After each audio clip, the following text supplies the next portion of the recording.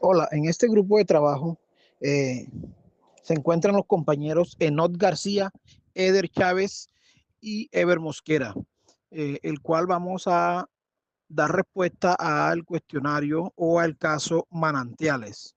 Mi nombre es Ever Mosquera y voy a dar respuesta a la primera pregunta. Dice de la siguiente manera: ¿cuáles son los antivalores que pueden contradecir el valor de la creatividad? Cuando hablamos de antivalores, nos referimos a actitudes o prácticas que van en contra de un valor positivo. Bueno, en este caso contradicen la creatividad porque la bloquean, la distorsionan o la sustituyen por mecanismos más cómodos pero menos auténticos. Vamos a hablarle de uno de los principales antivalores. Uno de los principales antivalores es el conformismo. El conformismo aparece cuando una sociedad o una institución prefiere repetir lo ya conocido o antes que abrirse a algo nuevo o experimentar cosas nuevas. Bueno, esto lo vemos claramente en el manantial, donde Howard Roark es presionado para modificar sus diseños y adaptarse a lo tradicional. Este conformismo es enemigo directo de la originalidad. Otro antivalor es la mediocridad, entendida como la preferencia por lo fácil, lo superficial y lo comercial, en vez de apostar por excelencia. Cuando la creatividad se mide solo en el gusto de las masas o por intereses económicos inmediatos, se sacrifica la autenticidad artística. También tenemos el miedo al cambio, eh, que es un freno muy poderoso. Muchas instituciones no aceptan ideas nuevas porque implican riesgos y sin riesgos no hay innovación. Este miedo empuja a que las personas creativas tengan que justificar constantemente sus propuestas, aunque sean sólidas. Otro antivalor es el plagio, eh, porque elimina la esencia misma de la creatividad, la autoría. Copiar o modificar sin permiso destruye la confianza y el valor del esfuerzo creador. Esto, esto se conecta directamente con lo que vivió Roat en su obra modificada sin su autorización.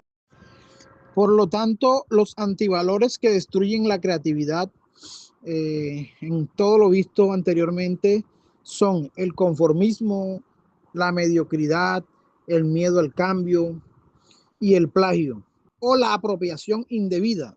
Todo ello reduce la capacidad de una persona para expresarse libremente. Esto afecta el valor que su obra puede tener para los demás.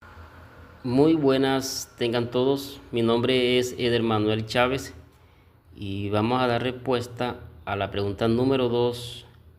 ¿Cuál es la relación entre libertad y creatividad y plagio? Para empezar, la creatividad solo es posible cuando existe libertad. La libertad es el espacio donde una persona puede imaginar, elegir, experimentar y proponer algo nuevo sin miedo a ser anulada. Sin libertad de pensamiento, de expresión y de diseño, lo que surge no es creatividad, sino obediencia. La creatividad es la capacidad de generar algo original, significativo y valioso. Y esa capacidad está fundamentalmente ligada a la autonomía del autor. Y en el caso de Roark, él defiende que su obra es una extensión de su visión personal. Sin integridad, creatividad, su trabajo pierde sentido. Ahora bien, ¿dónde entra el plagio en esta relación? El plagio es justamente la negación tanto de la libertad como de la creatividad. Porque cuando alguien copia o modifica una obra sin permiso, está anulando la libertad que tuvo el creador para producirla. El plagio convierte el trabajo creativo en una mercancía sin autor y al creador en curso explotable. Esto exactamente es lo que ocurre en El Manantial. Roald no solo ve su obra alterada sin su consentimiento, sino que percibe que se ha invadido su libertad creativa. Aunque no sea un plagio en el sentido tradicional, como nosotros estamos acostumbrados de pronto a saber qué es un plagio, pero sí es una forma de apropiación moral de su trabajo. En síntesis, o para redondear, la creatividad solo puede surgir donde hay libertad. El plagio, en cambio, destruye esa libertad y elimina el valor del proceso creativo. Por eso es tan grave desde un punto de vista ético y profesional. Bueno, esta es la intervención para dar respuesta a la pregunta número 2. Muchas gracias. Muy buenas, otra vez mi nombre es Eder Manuel Chávez. Vamos a dar respuesta a la tercera pregunta en este trabajo. La defensa que hizo Howard Roark se enmarca dentro de una conducta ética. La pregunta es compleja porque implica evaluar tanto su discurso como su acción. El arquitecto Roark defiende la integridad creativa, pero también destruye un edificio. Así que hay que considerar dos niveles: el nivel moral de sus principios y el nivel ético de sus consecuencias. Desde la filosofía de Ayn Rand, conocida como objetivismo, la defensa de Roark es totalmente ética. ¿Por qué? Porque actúa fiel a su propia visión y no negocia su autenticidad. Su argumento es que la creatividad es un acto individual y que modificar su obra es violar su integridad. Bajo esta consigna, su defensa no solo es ética, sino ejemplar, es coherente, es racional y honesta. Sin embargo, si usamos una ética basada en la responsabilidad, como la que plantea Paul Ricoeur, la evaluación cambia.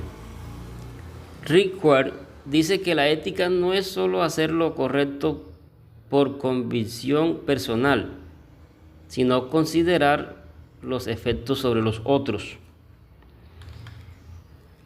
Aquí surge un dilema.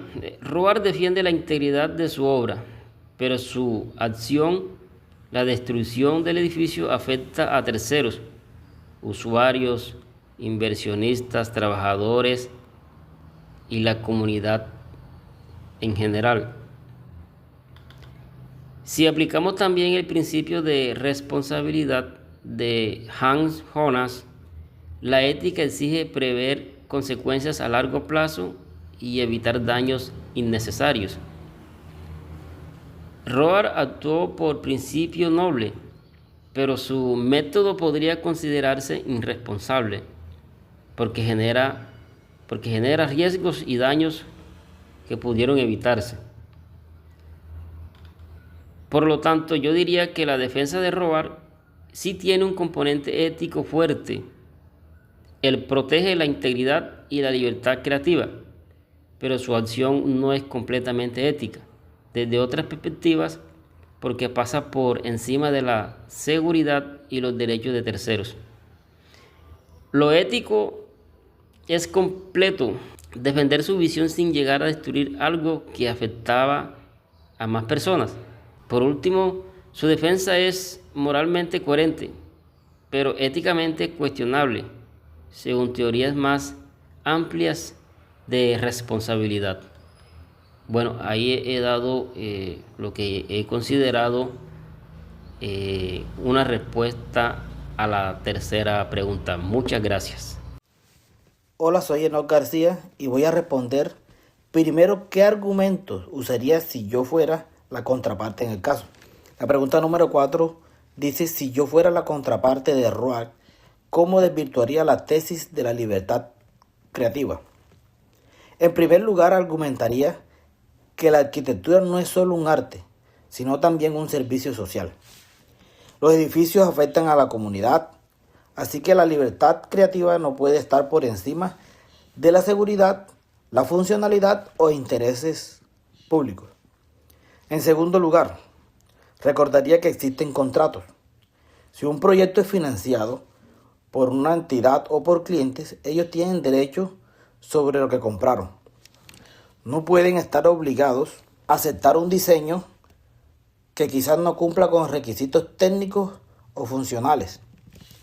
Tercero, una sociedad plural. Nadie puede imponer su estilo personal como si fuera la verdad absoluta.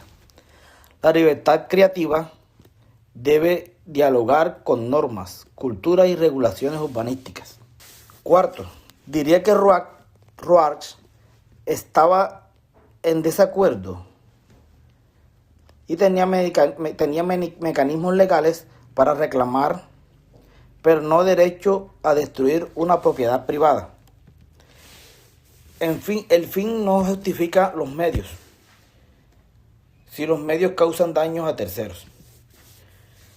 Con esto demostraría que la libertad creativa es valiosa, pero no puede ser absoluta ni usada como excusa para pasar por encima de las normas sociales y legales.